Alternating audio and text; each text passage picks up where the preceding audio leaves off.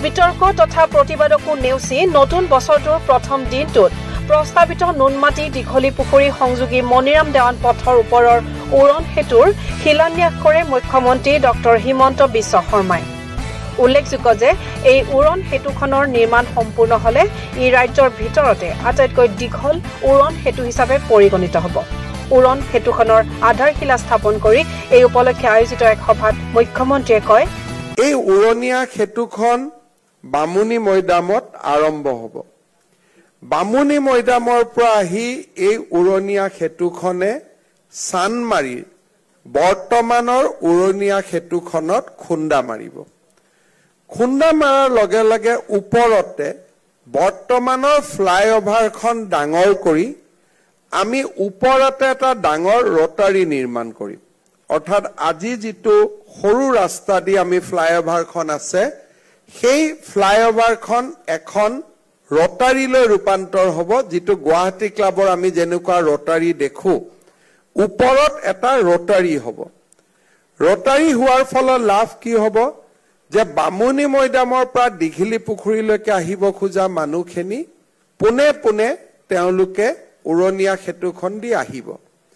কিন্তু জুৰোডৰ পৰা যিখিনি মানুহ দীঘলী পুখুৰীত আহিব খোজে বা বামুণী মৈদামলৈকে যাব খোজে, তেওঁলোকে উৰণীয়া সেতুখনৰ ওপৰেদিয়ে ৰটাৰীৰ সুবিধা লৈ বামুণী মৈদামলৈকেও যাব পাৰিব আৰু দীঘলী পুখুৰীলৈকেও আহিব পাৰিব।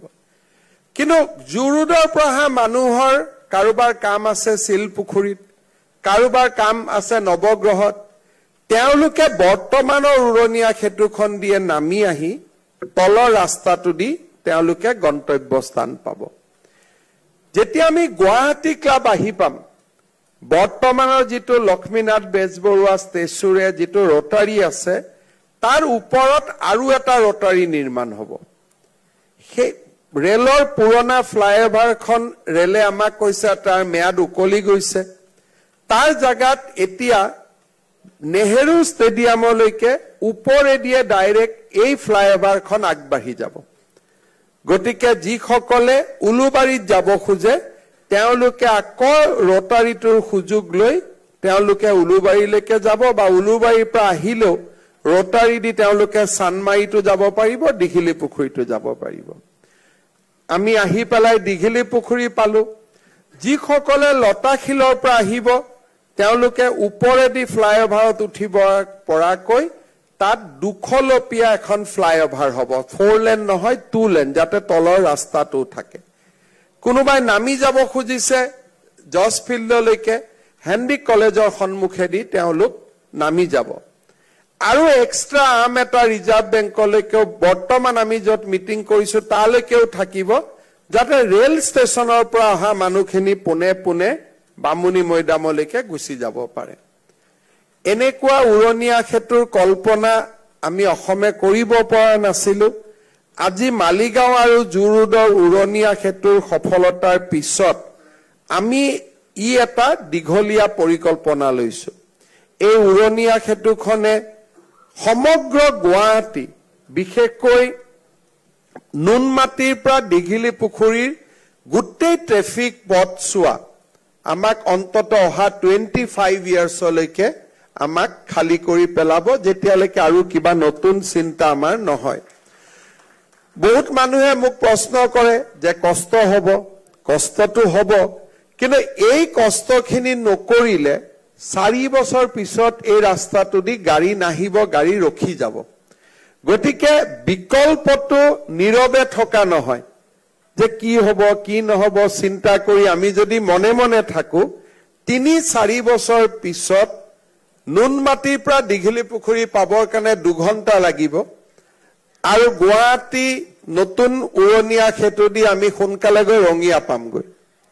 ৰঙিয়া সোনকালে গৈ পাম, নুনমাটিৰ পৰা দীঘলী পুখুৰী আমি দেৰিকৈ আহি পাম। 2 বছৰ কষ্ট হ'ব, 2.5 বছৰ কষ্ট হ'ব, আমি দিনে নিশাই কাম কৰিম। কাম কৰাৰ সময়তো ৰাইজৰ কষ্ট হ'ব, কিন্তু এই কষ্টই আমাক বহু দিনলৈকে গুৱাহাটীক এখন সুন্দৰ মহানগৰলৈ ৰূপান্তৰ কৰিব। আজি আমাৰ ফ্লাইঅভাৰৰ তলত যিটো স্পেচ ওলাব, সেইটো আমাৰ গোটেইখিনি পাৰ্কিং হ'ব তাৰ ফলত দীঘলী পুখুৰীৰ পৰা বামুনী মৈদামলৈকে ব্যৱসায় সকলেও ব্যৱসায় কৰাৰ খুব ভাল সুবিধা পাব তলত পাৰ্কিং হ'ব আৰু তলেদিও আমি দুখন গাড়ী যাব পৰা দুইটা ফালে ব্যৱস্থা থাকিব সেইকাৰণে কোনোবাই যদি শিলপুখুৰীৰ পৰা গুৱাহাটী ক্লাব আহিব খোজে শিলপুখুৰীৰ পৰা চানমাৰী আহিব খোজে তেওঁলোকে তলেদিয়ে যাতায়াত কৰিব পাৰিব অতিৰিক্তভাৱে ৰাজগড়লৈকেও এডাল আৰ্ম ওলাই যাব যাতে আমাৰ ভাঙাগাঁৱৰ পৰা কোনোবা যদি গুৱাহাটী ক্লাব আহিব খোজে দিছপুৰ আহিব খোজে তেওঁলোকৰ যাতে এটা অতিৰিক্ত পথ এটাও আমি পাব পাৰো মই আশা ৰাখিছো যে আমি সকলোৱে প্ৰচেষ্টা কৰিলে আমি আৰু বছৰৰ ভিতৰত বা 2 বছৰ 8 মাহৰ ভিতৰত আমি এই উৰণীয়া সেতুখন আমি উদ্বোধন কৰিব পৰা পৰ্যায়লৈকে আমি লৈ যাব পাৰিম অকনমান এইকেইটা দিনত ৰাইজৰ অসুবিধা হ'ব কিন্তু তাৰ কাৰণেও আমি বিকল্প পথসমূহ য'ত যেনেকে পাৰো আমি অল্টাৰনেটিভ ৰোড বনাম যাতে ৰাইজে কম কষ্টতে এই উৰণীয়া সেতুখন পাব পাৰে আজি ৰাতিপুৱা আমি গুৱাহাটীৰ বাবে 200 ইলেক্ট্ৰিক বাছ আমি উদ্বোধন কৰিছো আৰু অহা 28 ফেব্ৰুৱাৰী তাৰিখে আমি ভূতনাথৰ পৰা নদীৰ মাজেদি মাছখোৱাত উপস্থিত হ'ব পৰাকৈ গুৱাহাটী উত্তৰ গুৱাহাটী দলংখনৰ এটা পৰ্চন আমি মুকলি কৰি দিম উল্লেখযোগ্য যে 5053.20 মিটাৰ দৈৰ্ঘ্যৰ এই উৰণ সেতুখনৰ নিৰ্মাণ ব্যয় 852.68 কোটি টকা